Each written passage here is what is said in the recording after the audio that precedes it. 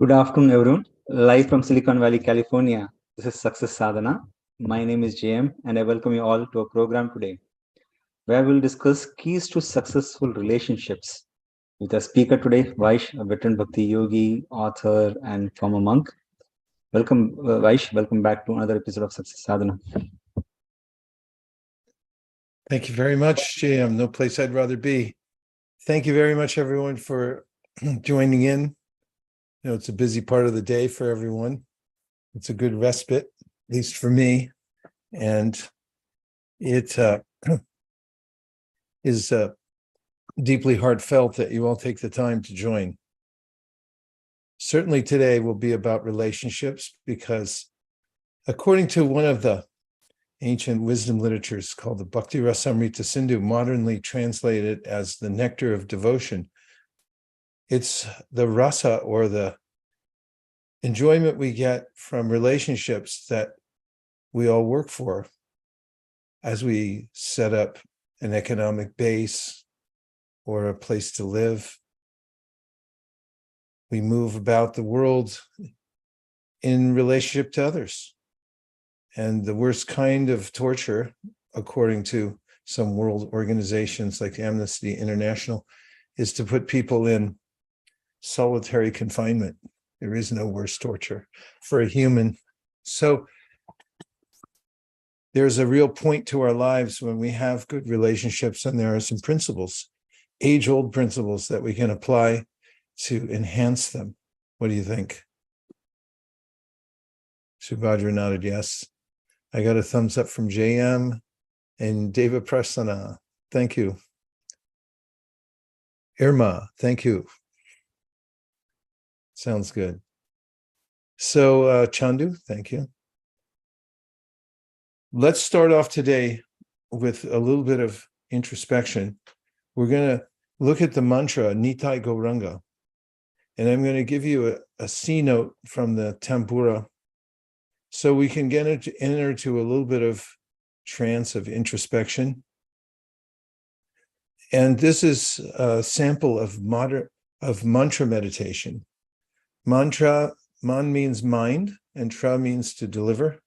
So there's a way in which the mind is constantly chasing after objects and hardly thinks about the present and appreciates whatever is available in the moment.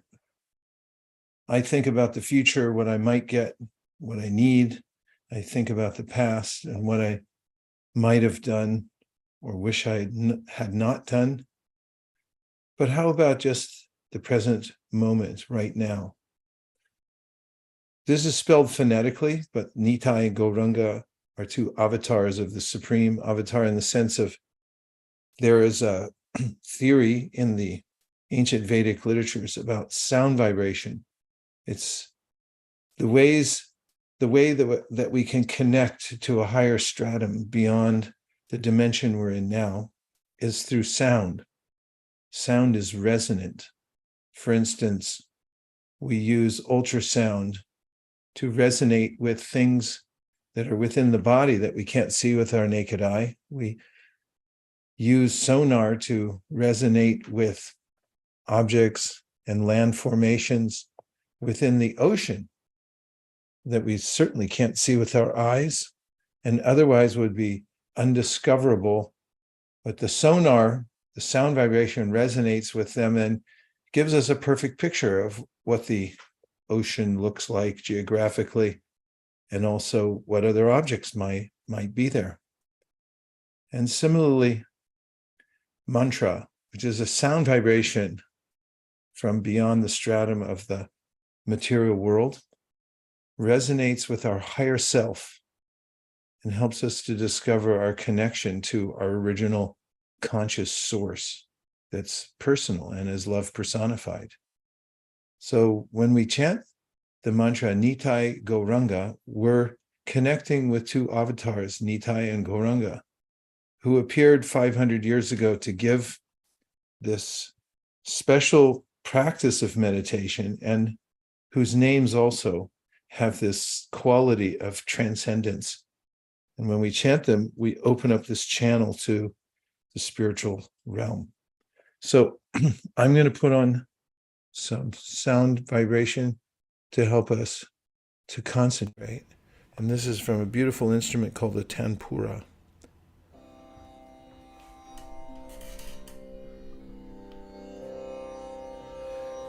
And if you'd like to try this kind of meditation, you can sit up a little straighter than you were a second ago.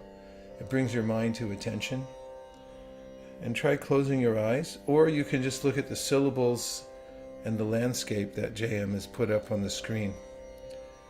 And I'll say the mantra 6 times, and I'll say it slowly with a breath in between, so you can have a little pranayama along with this. And pranayama means the meditative power of the breath.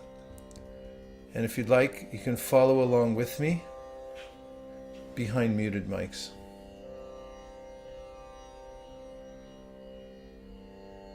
Nitai Gauranga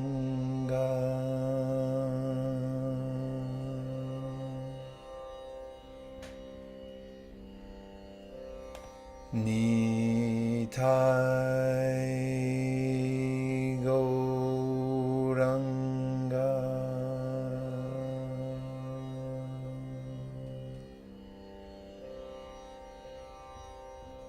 Nitai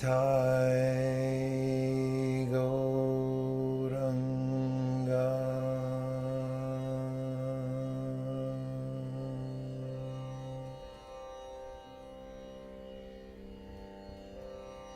Nitai Gauranga Nitai Gauranga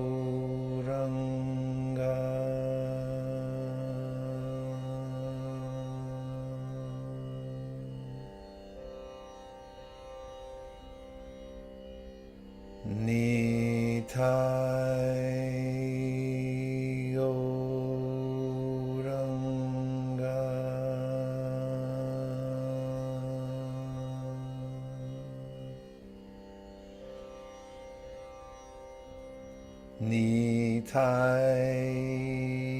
Gauranga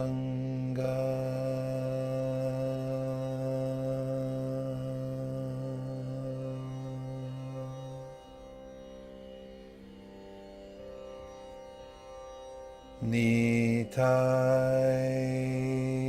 Gauranga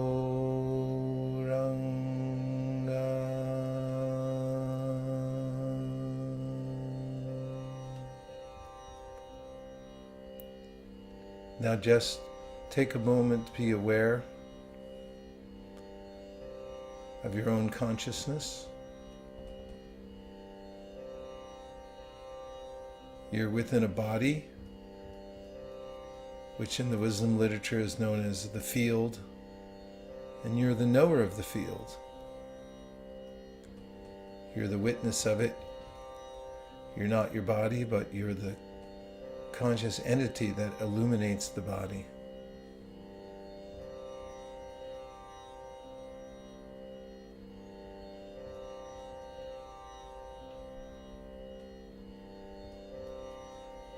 And bring your awareness to your breath. And rub your hands together to create some friction, and then open your eyes and come back into the room. And welcome back. And now, I'll say a few things about relationships before we go to the slides. Because there's a way in which relationships can happen by default, or we can engineer a relationship. Do we have any engineers present today? A few are smiling. I wonder what engineer means. I'm going to look it up. Engineer. A person who designs, builds, or maintains engines, machines, or public works. A person qualified in a branch of engineering, especially professional operator or supervisor of an engine. Skillful contriver or originator of something. It comes from Latin, of course, means to devise. So there's a way that we can be very deliberate about our relationships and improve them incrementally or even by quantum leaps. And my teacher used to say that relationships are based on love and trust. Trust is a very valuable substance. We don't get it very easily. It takes a long time to develop. So when we're in relationships with people, if we keep their trust, and that happens over a long period of time, we begin to open our heart more and more. It's a doorway to a loving relationship is trust. Oh, you're not able to hear me? I am able to hear okay. Okay, Yeah, I'll turn off we can hear. musicians. Sorry, I had the musicians sound on because of the tempura, but now I switched back over. It's a feature on Zoom, and I have to remember to turn it on and off when I'm speaking. Thank you. Let me know if it's okay. Now it's okay. Now it's very Yes. loud. Sorry. Inconvenience regretted, everybody. It's okay. Okay. All right. So this love and trust is very important, and trust is the most valuable substance in the world. It happens by having integrity in our relationships. So one of the points that is important is to be truthful in relationships, because if you lie to somebody, then over time you might think, oh, that was easier, but later on someone might discover that you didn't tell the truth, and then that violates the trust. It seems inconvenient at first to tell the truth in a relationship, but in the long run, it builds trust. Also, doing what you say you're going to do builds trust, because there's a way in which a lot of people say things easily and then they don't carry them out. So if you say something, make sure you intend to do it. Otherwise, it degrades trust. Or let me put it in the positive. If you go out of your way to do your best to make sure that you complete what you say you're going to do, then it builds trust, which is very valuable. And I'll quote from the Bhagavad Gita, the great wisdom literature, which covers various aspects of human interaction.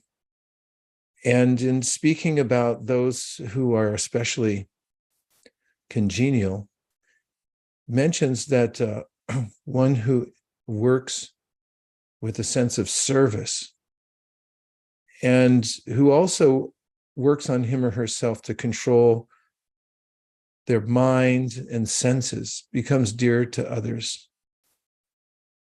And even though such a person is working in the world, because their motives are pure, then they become free from the usual obstacles, or they're able to overcome the obstacles very easily. And just mentioning how important motive is in relationship. If you've ever had the experience where someone only calls you when they want something from you, then you start to think, oh, that's what our relationship's based on. They want something from me. And also, I learned a trick of communication, or a key point in communication, which is if you do have to ask somebody for a favor, and oftentimes we do in relationships. Let's say you're writing a letter or an email, then when at first you open the letter, you may say some nice things about the person or inquire how they're doing, and at the end, then you ask for the favor. This is in the wrong order, because it immediately will come to the mind of the person that, oh, they said all those things only because they wanted to come to this point of asking me for something. So I read this a long time ago, and it's very helpful, but it indicates the importance of motive in a relationship. Is when you want to ask something Ask it in the first line. After that, you can say as much as you want about how nice the person is and so forth. And it organizes the communication in such a way that the person may not feel that you're just contacting them for one thing and you're only saying these niceties because you want that one thing. Motive, according to the wisdom literatures, comes in various flavors, or I should say gradations. The lowest of all the gradations is fear, when we interact with people out of fear. And then above that is prospect, is that we expect something or want something from the other person. Above that is duty. For instance, people come together, they make vows, they say we're going to work together, whatever situation it is. Excuse me. And they stick to it out of duty. And above duty is love. This is the most enriching.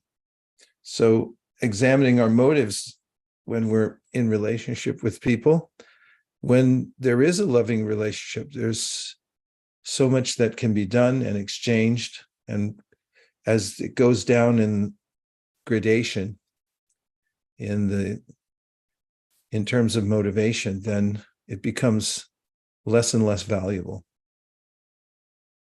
Another principle from the Bhagavad Gita is something mentioned in the 6th chapter about yogis. And it said the best of all those who practice refining their spiritual consciousness are those who have empathy for others. Pathy is Latin, it means to feel, and M means within. So you feel what's within others because you can relate. And I love this saying, although it's cliche, we're all in the same boat.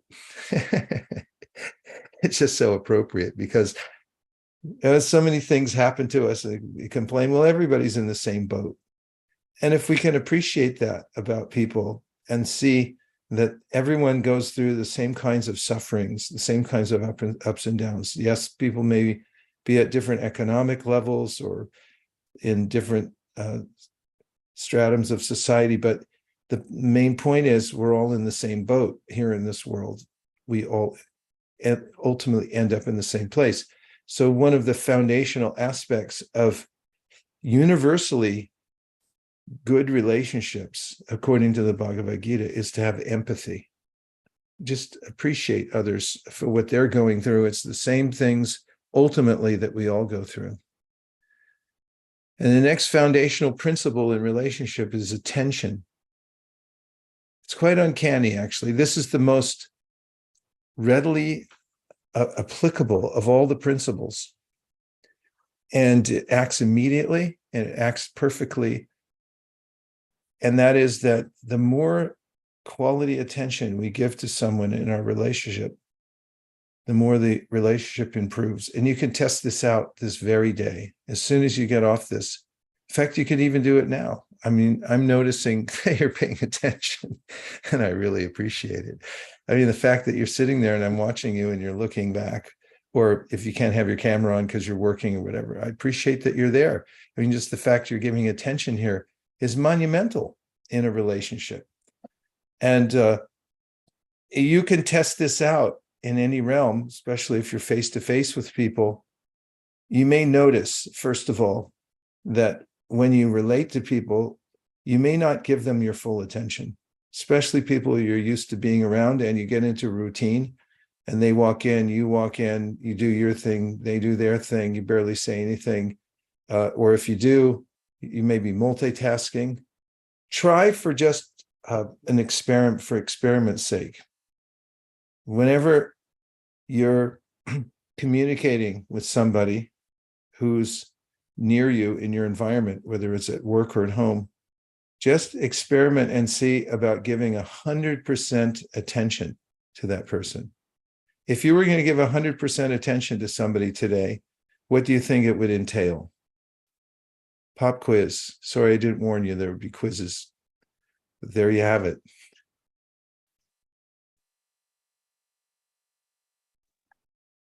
This is work with me. Nirja says reciprocation. Rajiv says digital curfew. Looking at Reciprocation. Okay, but what kind of reciprocation? Talk about like physical positioning of somebody that's in the same room with you. What would you do exactly to give them full attention? What part of your body do you think is indicative of giving full attention? Or which senses would you say? your eyes. Yes, I agree. If you look at somebody eye to eye, it's uncanny. I had this experience a few years ago. I was at a meeting and I was taking a break, and this person came over and wanted to share ideas. I was in the middle of taking a break and I was thinking, oh, not right now. But then I thought, the person's here, they're enthusiastic, don't neglect them. So they sat down next to me and I turned my chair to face them face to face. And I dropped what I was doing and I hope I'm in my camera now. I'm looking at you eye to eye. Can you tell? Yes, no. And I gave them full attention. And there was almost a jolt. This person almost felt a jolt. Like they were, what? What are you doing?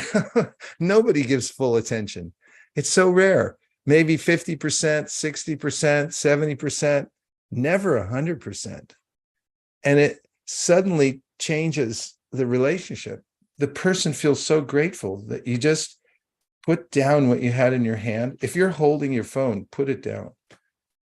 If you're about to look at your watch, you have to, you announce it first and say, this is just because I have to. I'm only looking at my watch. Because if you look at your watch or the clock on the wall while you're talking to somebody, you break the attention you're giving them for half a second, it breaks the trance. And suddenly, oh, you have to go. Oh, this isn't important. I'm not important. Just all of that is coming from us. Oh, I see, Jam, there's more coming in on the chat. Can you tell me what's happening? Yeah, lots pouring in. Vanessa said, get to their level. I'm thinking about young children. And Rajiv says, a fun thing to know, when folks look at others in the eyes, 80% of the time they look into the right eye of the other person. Oh, that's good. I learned a trick when I was younger, and that is if you look exactly at the bridge of their nose, then they'll see it as you're looking eye to eye directly. Zila says, feet facing them too. Mayank says they might be pleasantly surprised. Yeah, feet facing. This also goes to how much of our communication isn't just verbal, it's also our body language. So if we're sitting in such a way, for instance, if you go to an interview, can you see how I'm sitting? And what if I went to the interview and I'm like this? Then what does that communicate?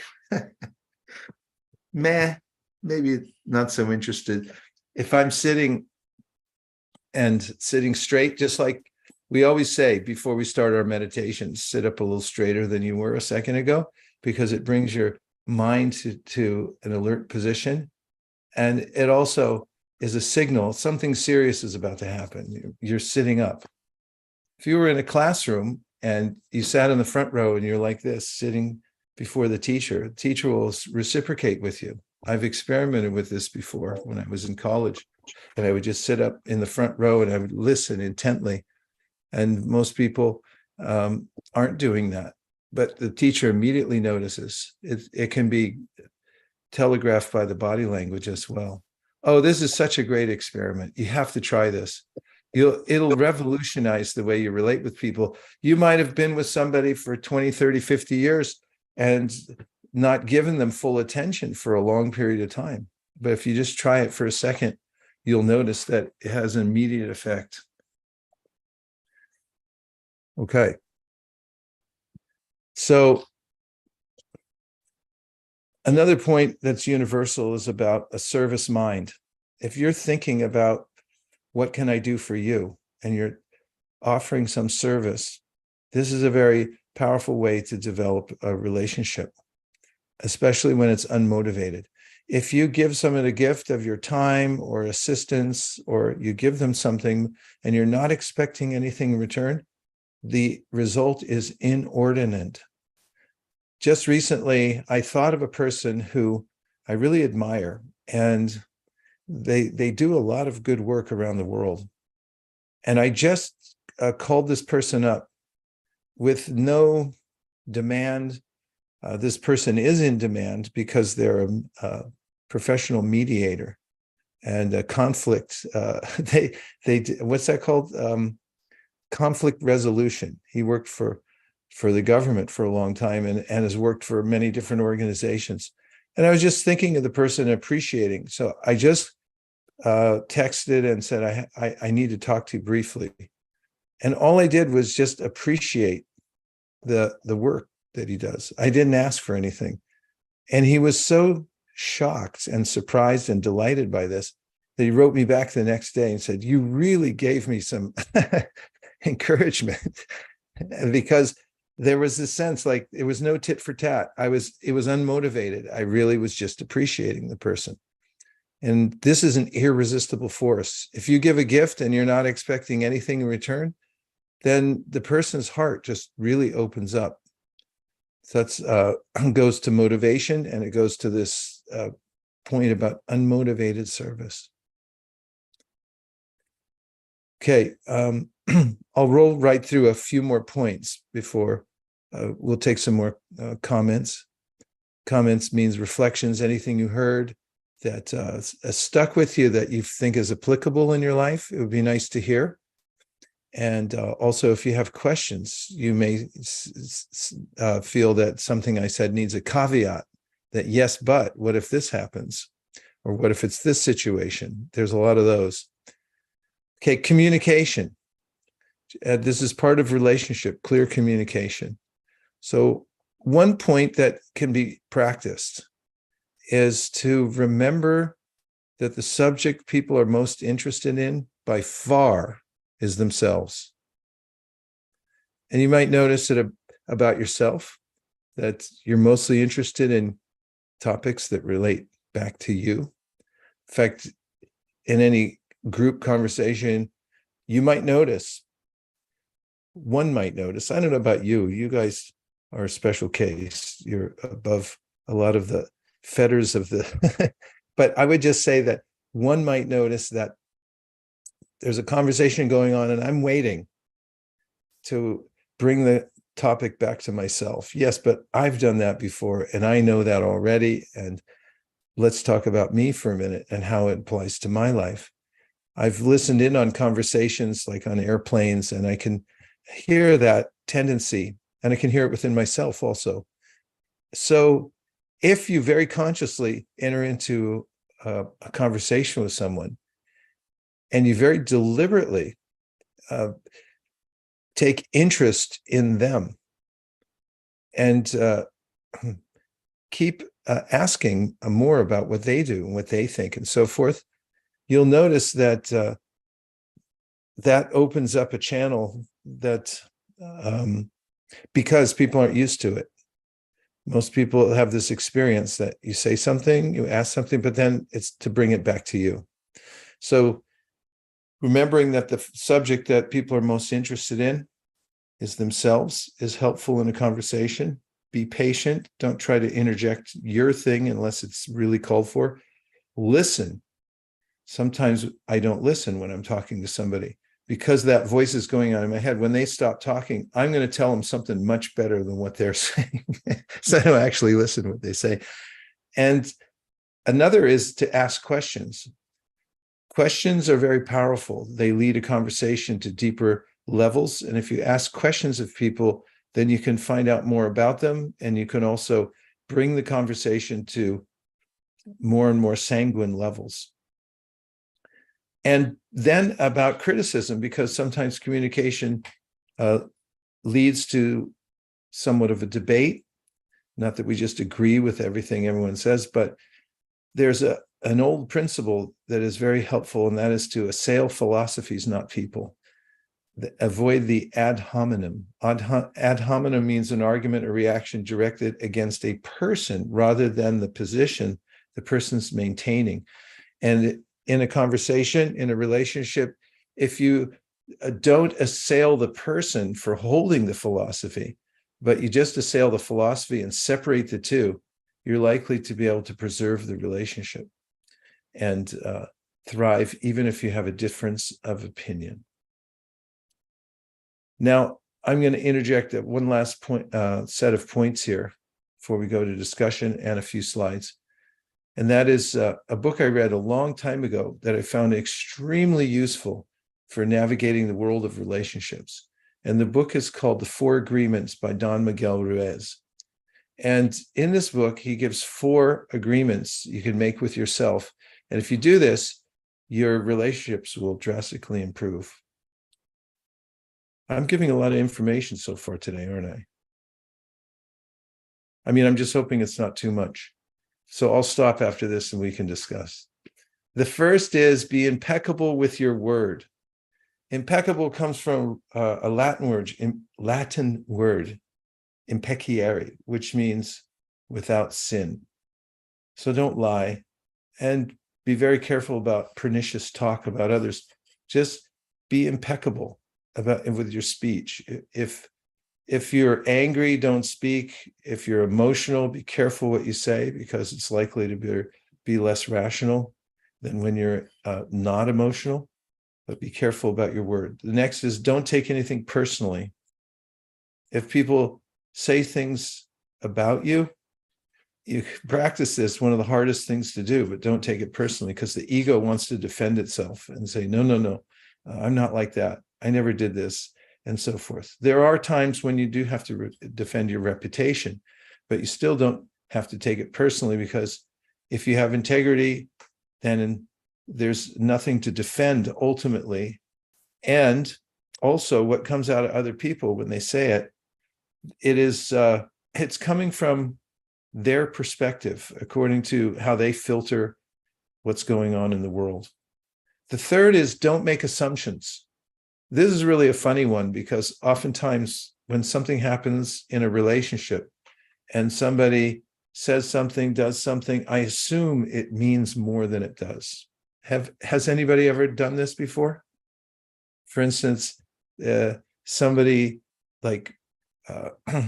writes you an email and then you write back right away, and then they write you another email and then you don't write back right away. Then they assume they offended you. I must have said something wrong because you took 3 days to answer and last time you took 1. This is an assumption. And you may notice that this is very prevalent. The mind speculates. This is what this means. Don't do that. And the example he gives in the book is 2 friends, and they randomly meet at the mall. One friend is coming out of a shop and the other one's walking through the corridor. And the one coming out of the shop looks at his friend apparently and then turns around and walks away. So the other one that's strolling thinks, oh, my friend, I did something wrong. That's why he ignored me. And all week long, he assumes that his friend thinks that there was some offense. And so he comes to this conclusion, well, he doesn't like me. And then he starts becoming a little angry and he thinks, well, I don't like him either. So then he meets him up at the weekend at another location at somebody's house, and he gets up the courage. He goes up to him. He goes, okay, I know you hate me. And by the way, I hate you too. But I just want to know why you hate me. And this friend is bewildered. He says, what are you talking about? We're best friends. How can you say I hate you? He said, well, I saw you at the mall. You turned around and walked away. You ignored me. There must be something. What's up? Come on, tell me. Come out with it. And he said, wait a minute. Was that on Monday? He said, yes. I was at the eye doctor. They put drops in my eyes. It dilated my eyes. I couldn't see a thing. My wife picked me up and drove me home. I didn't see you at the mall. And all week long, he was thinking this, that. This is, some kind of slight that he gave me. He doesn't like me and so forth. How many times do I become roiled because I interpret what somebody says and I assume? So this is a practice to not assume. And oftentimes we can be stung by that too, because then we'll say something and the person, no, I didn't mean that at all. That was not my intention. Wait till it all comes out before you make before you make a conclusion. And number 4, he says, always do your best. Your best may be different from day to day according to what facility you have during that day. Yeah, I see a few of you have read that book. It's very helpful. Okay, now let's, before I go to the slides, let's see if you have any reflections. A reflection means anything you heard so far that you wrote down on the back of a napkin if you're having lunch, or maybe on a, okay, we've got Subhadra and company. Yeah, this is my new friend Sharon. Hi, Sharon. I just was thinking when you were talking about empathy, that I was thinking usually when I get envious of someone, it's probably because I'm not being empathetic, because I'm thinking whatever they have or whoever they are, that would, if I had that, then I wouldn't suffer this much. But that's because I'm forgetting to have empathy, that they're probably suffering in other ways that I don't know about. So true. And that's really the essence of that admonition that Krishna gives in the Bhagavad Gita, is that a person who's enlightened sees that we're all in the same boat. People are going through all the same kinds of ups and downs and sufferings that we are. And I'll go into that in the slides, because every soul has a history and everyone has some complication in their life. And if we can appreciate that, we can see how people might act in a certain way and then not take it personally. Yeah. Thank you very much, Subhadra. Good to see you, Sharon. Yes, Shraddha next. Shraddha?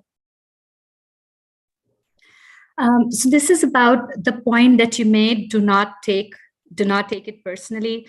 I just heard in one of the lectures very recently that they said that when somebody says something to us, if we let our mind process it, then we will only come out with a reaction.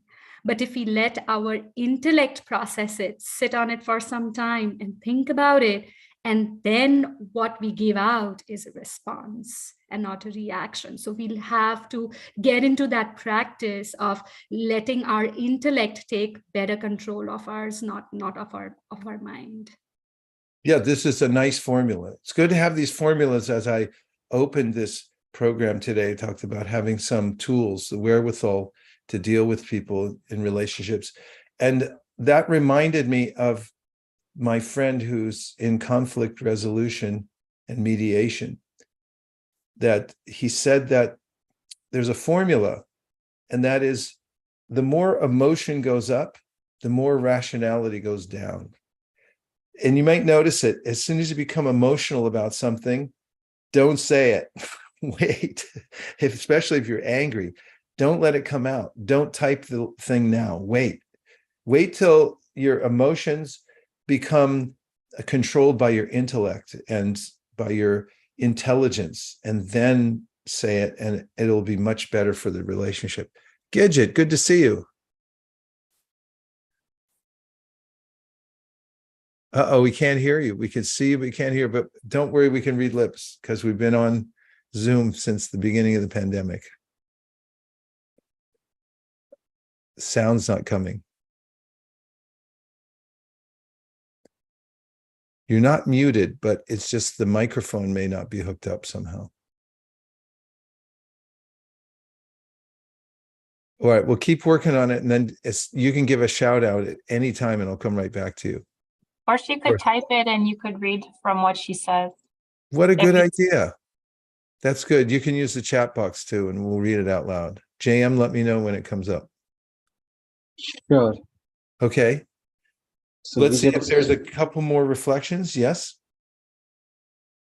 Yeah, Madhu just asked what to do if others never understand our original intention behind our words and they always take it negatively.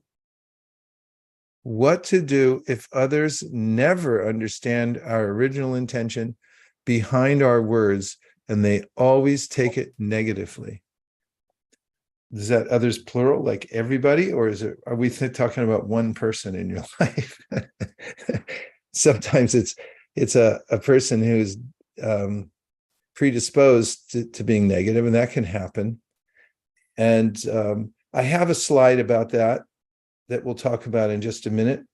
But we're not, unless you're really, if you're obligated to talk to such a person who's always negative or always trying to bring the conversation in such a way, then the very practical advice that comes from Srimad Bhagavatam, one of the ancient wisdom literatures, is that associate with such negativity and negative personalities sparingly, if at all. If you're obligated, then as sparingly as possible. And if that is, if they're chronically negative and they turn everything in that direction, hopefully you're not obligated to always be interacting with that person.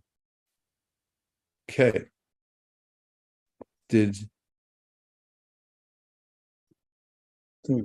still waiting for Gidget's question or response. Question out? No, not yet. Okay. Do you have Sharon's got a question. Sharon has a point. Okay, please go ahead, Sharon. Okay. I just wanted to say that sometimes I find people are not aware that they're negative. I mean, that's just the way they're made up, because I came from a negative family, and it's just like they're not aware of what they're saying because everything is filtering in negative news, everything, and that's the way they are. So addressing that, I'm learning how to, or you got any pointers, how to interject and turn that around? Well, let's hear yours first, because you have a lot of practice. Basically, what I do, I listen, and I always try to look at it at a different perspective and say, well, why don't you look at it this way, in a positive way, from what they're saying? I'm a positive person, and I try to turn it around to look at it in a positive way instead of saying something negative, like the glass is half empty. Well, why don't we look at it as it being full and overflowing? Nice. I like that. In wrestling, you get extra points when there's a reversal. Someone's almost got you down, and then somehow or other you're able to reverse it and pin them, then you get more points. So if you're dealing with negative people and you're able to turn it around to the positive, you get more points. Okay. Thank you, Sharon. Nice. We have got a few more coming up on the chat box. I'll try to see if I can read chronologically. Nirali says she needs to work on 23 and the 4 agreements. iPhone says, before answering, use intellect and listening to your heart versus your head and egos. So reflecting on the point made. And then Zila says there should be a 5th agreement, one about patience. That's a good idea. We should write a postcard to the author. I think that's an excellent idea, patience, because that's been one of the elements that we've talked about a few times here. Several of you have mentioned, alluded to the fact that you need to wait until the situation is right. Then SK Kasula has a question, follow-up question to this. What to do if others never understand to our original intention? The follow-up question. Sorry, I think I missed it. How do we deal with that person in this context if a person is negative? I think okay, I'm going to go into that in just a minute in the slides. Yeah, and I think there was an answer. We take positive meaning. This gives us edge over others, even if they mean bad. Yeah. So just because other people are negative doesn't mean you have to succumb to it. I think that's what Sharon does also. Okay, let's go to the slides, because some of these questions that have come up are answered in some of the slides that I have for today. And because okay, first one is this element of respect. And we can empathize, as we talked about. Some of this is reiteration, but just as I am, they are also. They're spiritual beings, not their bodies and minds. Good to remember. who's driving that car. There's a conscious being within. The body's incidental. We're all just passing through. So you don't have, that goes to patience. You don't have to fix everything. It's just some things you have to let go. Be sensitive and remember that living beings are called sentient for a reason. They're extremely sensitive. Animals are sensitive too. Plants are sensitive. You give them a little less light and they start to wither. Give them a little less water, they start to wither. Same with people. If you give them a little less attention, they'll feel it. If you give them a little more, they'll feel it. And in need of attention, kindness, and respect. That is, people are all in need of attention, kindness, and respect. You can think of these three words, attention, kindness, and respect. If you keep those three as three jewels on a bracelet or around your neck and think of that when you meet people. In fact, we could also envision that everyone has a sign around their neck that says, I'm in need of attention, kindness, and respect. What if you did that? Just imagine right now, everyone you meet has a sign around their neck that have these three qualities or these three needs. And then you act accordingly. What do you think your day would be like if that's what you gave people, is attention, kindness, and respect? Okay, next. Every living being in this world has ups and downs and a long, onerous history. So just remember that we're all in the same boat. Next.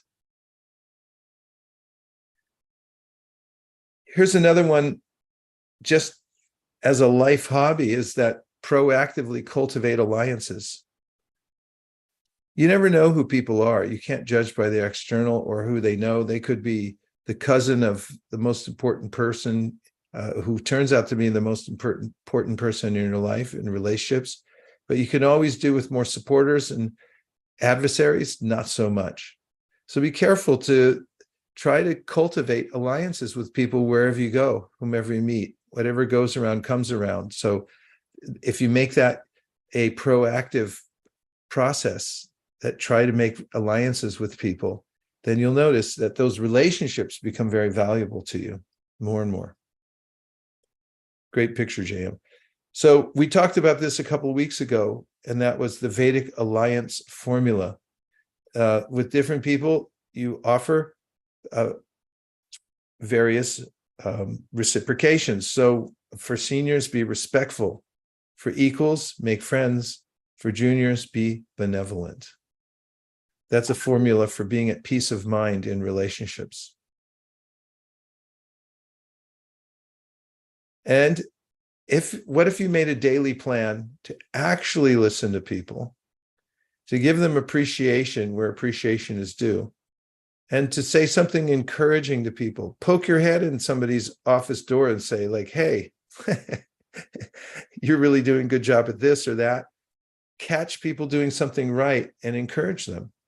It's very powerful. The word encourage, it comes from a French word, cor, which means the heart. So people generally become demotivated by their environment. And as I mentioned the other day, I just randomly called somebody or wrote to them and then called them to encourage them. And they said, oh, boy, I really needed that.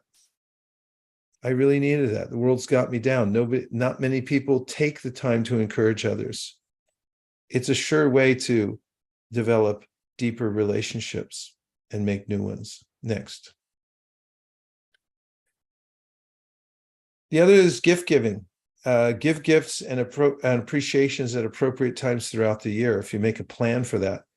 And also in relationships, there's no sweeter sound in any language than a person's own name. If you learn somebody's name and you're able to repeat it when you meet them the next time or even 5 minutes later, it builds instant rapport.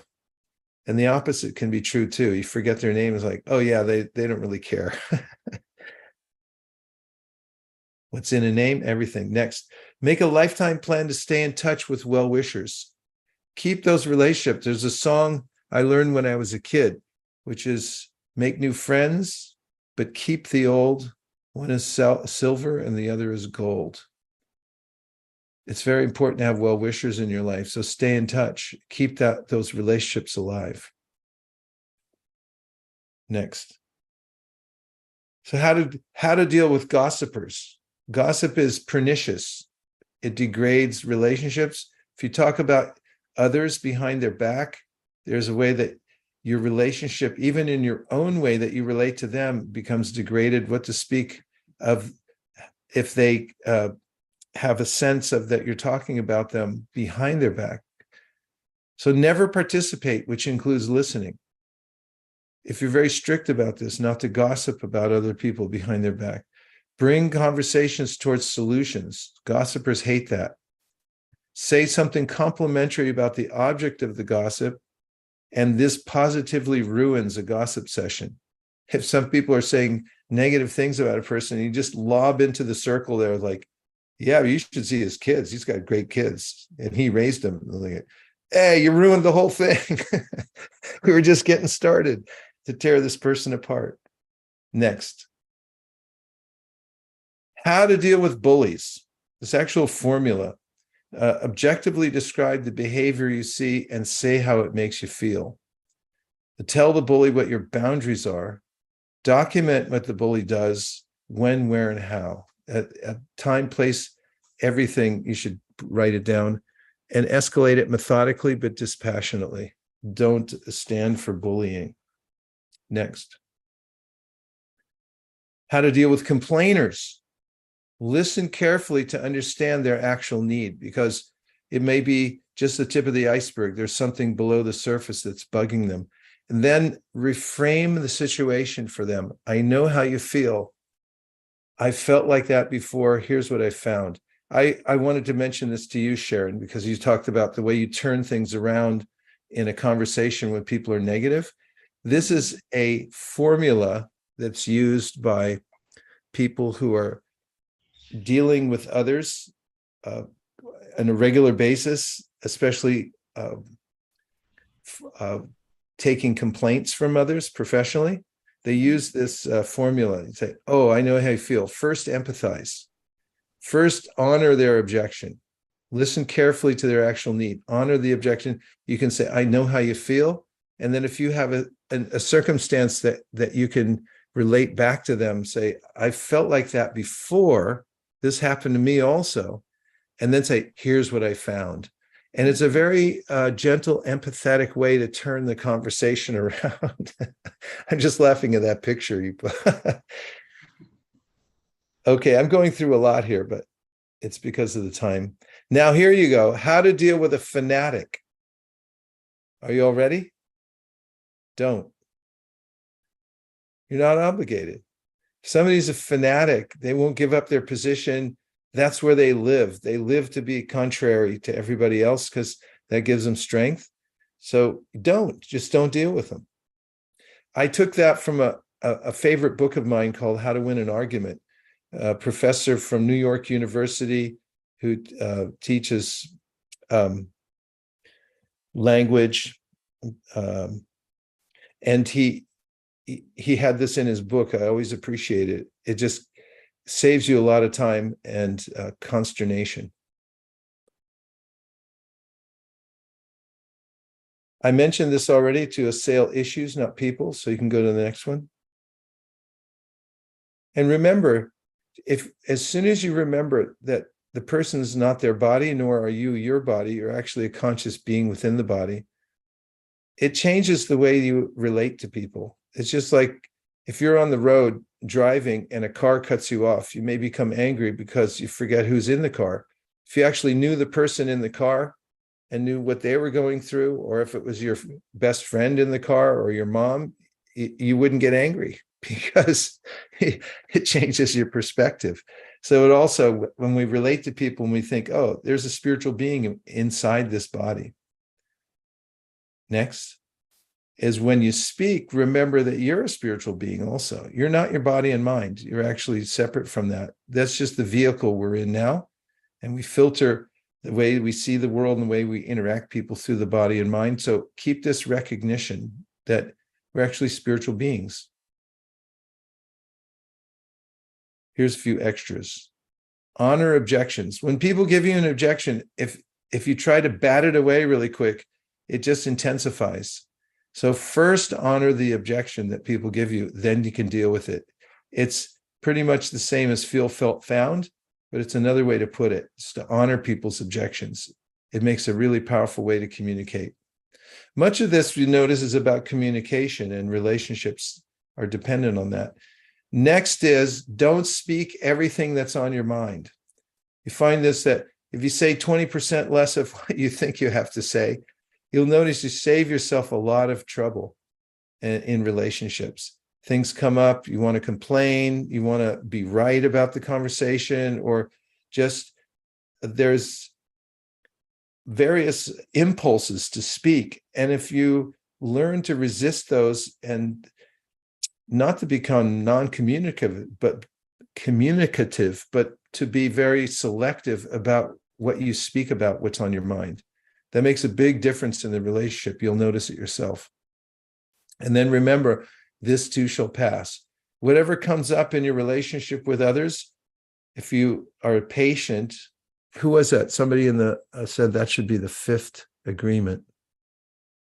So this goes to that point, and I agree with you. It's very important. Remember, this too shall pass. Just let it go. Okay, we went through a lot today, a lot of material. I need just a little more human interaction before we leave. Can anybody else want to speak up and say what you're taking away from today? What's the main thing you're taking in your pocket? One thing that you're going to use today. I did give homework, although I didn't say it like that. Yes, please go ahead. I didn't raise my hand, but I'll just speak up. Yes. I feel like this week I haven't given equality attention with my kids. So I'm going to try to, right, like really be engaged and present tonight when they come home. Thank you so much. Yeah, I think that's my main one too. It's so applicable. That's the one I said you could use it as soon as you hang up from this call. You can test it out and see how it works. And you're intuitive on that one. Thank you. What else is anybody else taking away? We've got a few more minutes. I'll go next. This is Yes. MJ. Oh, And I've read the 4 agreements. So I put the stickies on my mirror in the morning. So I like remember it. And then now that it's become habit, I took them down, but I want to, continue with the 4 agreements. But the one thing that really resonated with me from this session is, listening more and not having to jump in and add my experience as well. It's like, just listen and let them finish, because I find, if you interrupt, then you lose their train of thought and you may not get what their point was. So just stay quiet longer. I like that. Well, I heard about it in a sociology class about a study of a person who would go out into public, like on a train, bus, plane, and start a conversation with somebody, and would very deliberately keep the conversation about the other person. And after that, an assistant would talk to the person who this person had interacted with, that is the sociologist, and ask, what did you think of this person? You say, and they would say things like, it's the most interesting person I ever met,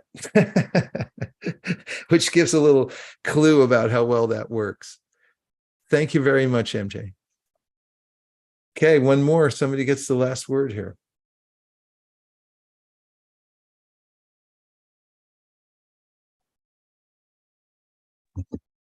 Jesse dropped a note saying, practice empathy and patience in the face of someone who is posing themselves as an adversary.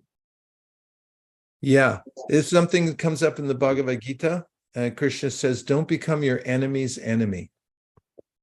So if somebody becomes envious of you, or some don't reciprocate in kind, just be neutral and don't escalate the situation on that level. Caveat, there are various situations in life that are very complicated. Human interaction is the most complicated thing. We need relationships. We survive by our relationships, but they're also very complicated. I know people go home for holidays, and they're like, they have to go home. They love their family, but they also hate them at the same time. So there are all kinds of caveats and workarounds that we can talk about. Today was about some basic principles about relationships. Ultimately, point is, we come from an original conscious source that's personal, and we have a relationship with this universe, with the source of everything, and also with everyone who's part of that. We all come from the same place. And seeing how we can harmonize those relationships is one of the spiritual practices. And unless one goes to the root of the matter, as we've tried to do in some of these points, then it's not altogether possible. But when we do practice these basic spiritual principles, then we're able to develop a universality in the way that we relate to people. We have a deep philosophy, and then it becomes actually second nature habit to deal with people in that way. And it enriches lives. And it's very much needed in the world nowadays. There are a lot of acrimonious relationships that are being displayed all over the world. Whenever we see somebody who's actually goes out of their way to be nice and congenial, it's a shock nowadays, and it's so much appreciated. So we can try to carry that forward. Well, everybody, thank you very much for joining today. It's been a real delight to be with you. Yeah, so do we get a recording for this class? I just missed the beginning of the class today. Where can I I'll find post the it. recording? I'll post it, yes. Okay. So you will post it where? On the Right here. email? Yeah. Okay, sure. Thank you. Thank you so Thanks. much. I just wanted to mention that in my last trip home from India, I went through the Himalaya and confirmed from the people who live high in the Himalayas that the yogis who live there have a tradition that when they come out of their meditations in the caves, they take a little break to get some sunlight, find a few roots and herbs to bring back in the cave. When they see their fellow yogis on the mountain peaks, they have a way of encouraging each other by saying this phrase, which means keep the transcendental vibration going. It's 2 words, Hari Bol. So I thought maybe we could try it too as we depart. What do you think? Haribo. Haribo. Haribo. Thanks, everybody. See you soon. Thank you.